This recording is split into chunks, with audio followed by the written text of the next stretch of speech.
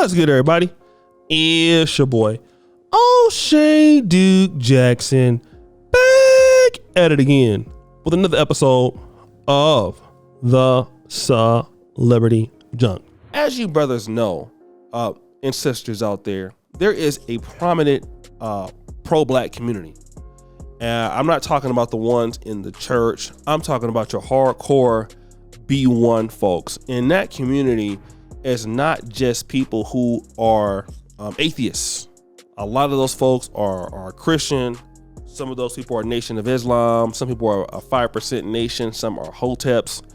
And the community is very diverse, all right? Just like you have your black Hebrew Israelites and all of them.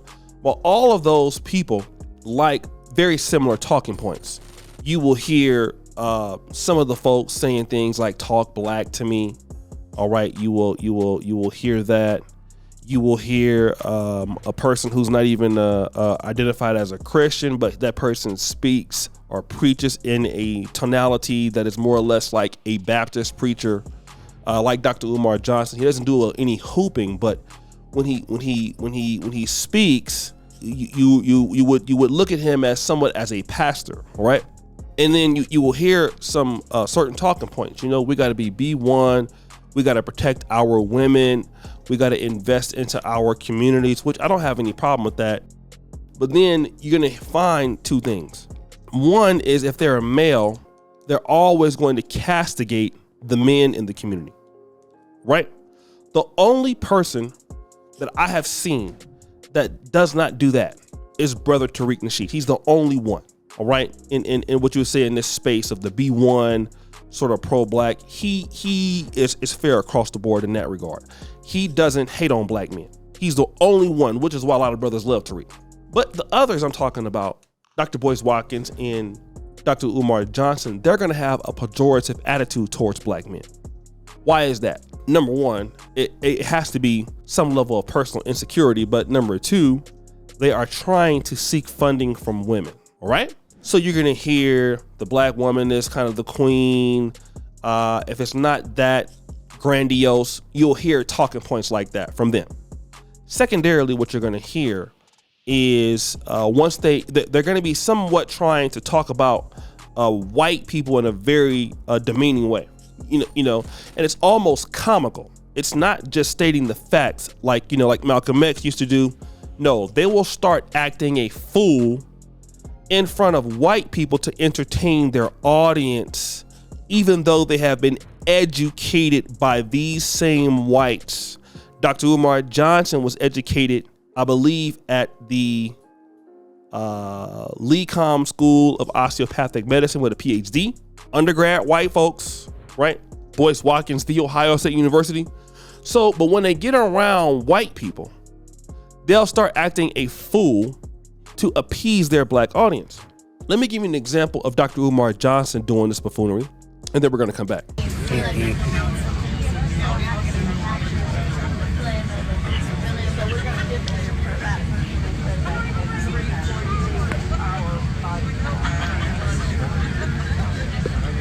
are Bob's best halfway hours? 3:48.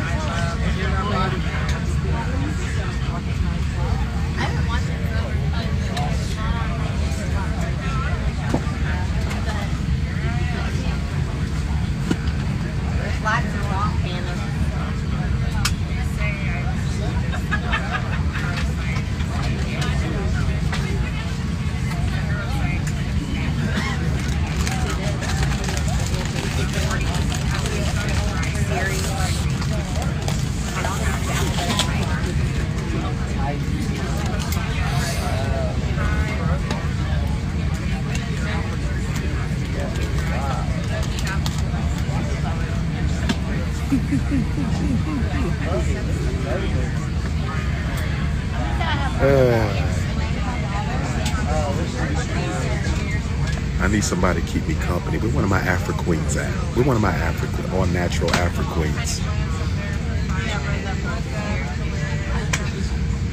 Where my traveling secretaries at? Where my traveling secretary?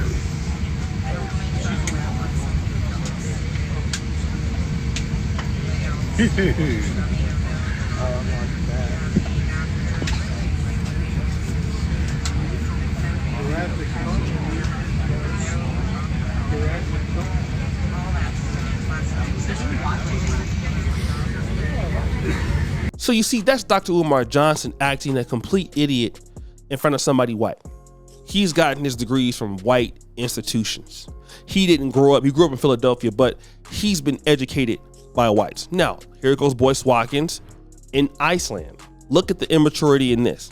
In the airport right now, I'm not doing anything fancy, but I'm gonna keep you guys posted. Iceland is full of and white people, lots of white people. Anyway, so check this out. I'm gonna show you all this place, bakad baked. I think bakad is like, I don't know if it's Icelandic for baked. I got a pretzel from that place. So here's Boyce. We're here in Iceland in front of a bunch of white people. And again, this is that B1 call because they know that their audience or their perceived audience wants to be entertained and their audience wants to be fed anti-white stuff. But these are the same guys who are begging for dollars with white folks on them. They don't have no problem putting the money into a white bank. They don't have no problem living into neighborhoods next to those white people. Even Boyce Watkins was saying, hey, he would let Grant Cardone come on to his audience if Grant Cardone will let him go to their audience. Now, if you're so pro-black and B1, why do you need to be on Grant Cardone's thing? Because it's all an act. All an act to get black people to believe that these people are for the folks, because black people live in a utopia in which we would love to be able to tell the white man to F off, right? That's what we want to do. But at the same token, your institutions and everything that you run, you pay taxes to these. We all pay tax to these people. Okay, so what is the use of using that buffoonery around to do what? Because you're trying to convince your audience that you're more pro-black without actually doing anything. And people are actually stupid and silly enough to fall for it. That's the only reason why they do that, because it doesn't make any goddamn sense. This is the reason why, okay? And again, I lived in Poland for 6 years. When I get around Poland or all that or amongst whites, if I'm on a plane next to whites, I mean, what am I like? I'm happen to be there. I'm not even worried about them. I don't put any thoughts about them. I'm worried about how to improve our situation. I don't worry about them. I'm not thinking about whites. Even when I am talking about what I'm talking about on my show every day, I'm not dealing with white folks. But see, pro-blacks gotta always have whites on the mind.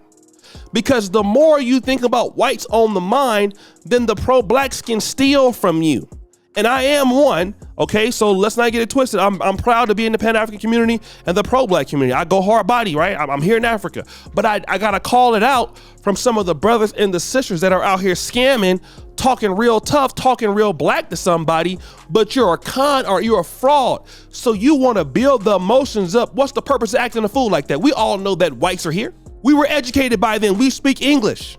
Of course we know that they're there. So what is the purpose talking about that? Oh, I'm sitting next to a Becky on the plane. I'm like, that's the stupidest goddamn thing in the world. Okay, you sit next to a white person, so what? All right, Mr. White person, like you're white. I'm not white, okay?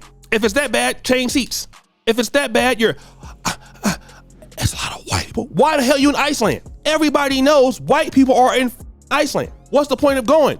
But they want to be able to do that to try to make themselves be more pro-black, but their actions don't say that. Their actions are scammy. Their actions don't, it's always lies.